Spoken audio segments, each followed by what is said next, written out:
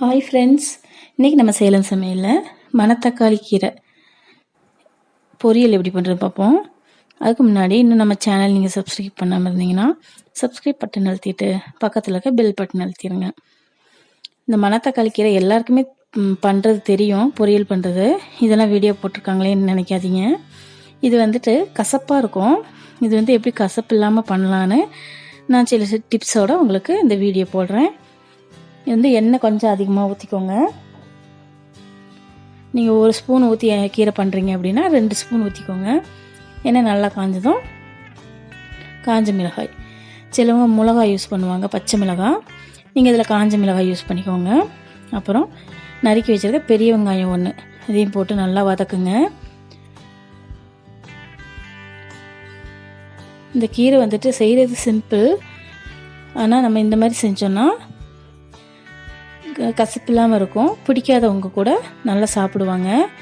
கீரை நல்லா வாஷ் பண்ணி எடுத்து வச்சுக்கோங்க. இந்த மாதிரி எல்லா கீரையும் இல்லை நம்ம போட்டுடலாம் வெங்காயத்தில்.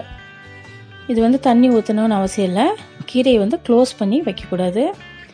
எப்போவுமே நீங்கள் எந்த கீரை செஞ்சாலும், கீரை கடைசல் செஞ்சாலும், கீரை பொரியல் செஞ்சாலும், கூட்டு செஞ்சாலும் கீரையை க்ளோஸ் பண்ணி சமைக்கக்கூடாது.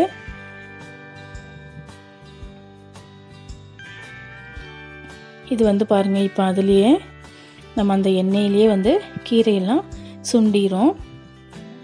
தண்ணி ஊற்றணும்னு அவசியம் இல்லை. இந்த கீரை உடம்புக்கு ரொம்ப நல்லது. வயிற்றில் புண்ணு இருந்தால் ஆறிடும். அப்புறம் புழு பூச்செல்லாம் அதிகமாக வயிற்றில் இருந்தாலும் அது இல்லாமல் ஆகிடும். குழந்தைங்களுக்கெல்லாம் கூட கொடுக்கலாம்.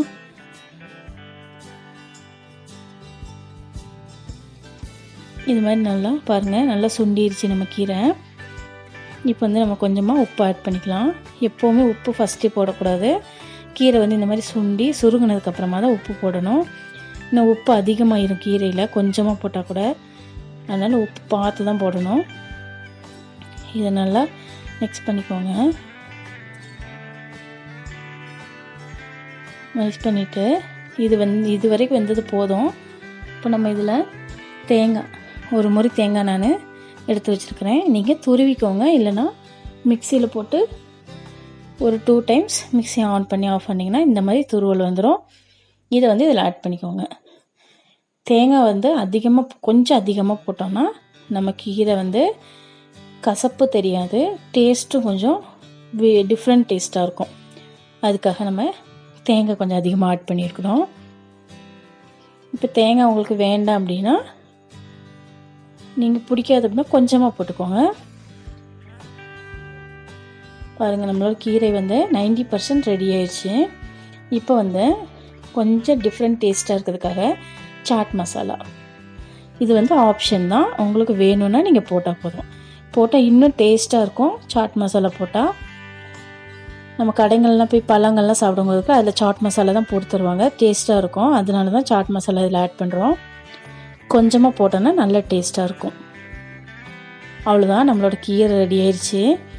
நம்மளோட மணத்தக்காளி கீரை, நல்ல மருத்துவ குணம் உள்ள சுவையான மணத்தக்காளி கீரை ரெடி ஆயிடுச்சு. இந்த கீரையை உங்கள் வீட்டில் செஞ்சு பாருங்கள். இந்த வீடியோ உங்களுக்கு பிடிச்சிருந்துச்சின்னா லைக் பண்ணுங்கள், கமெண்ட் பண்ணுங்கள், மறக்காமல் சப்ஸ்கிரைப் பண்ணுங்கள். தேங்க்யூ.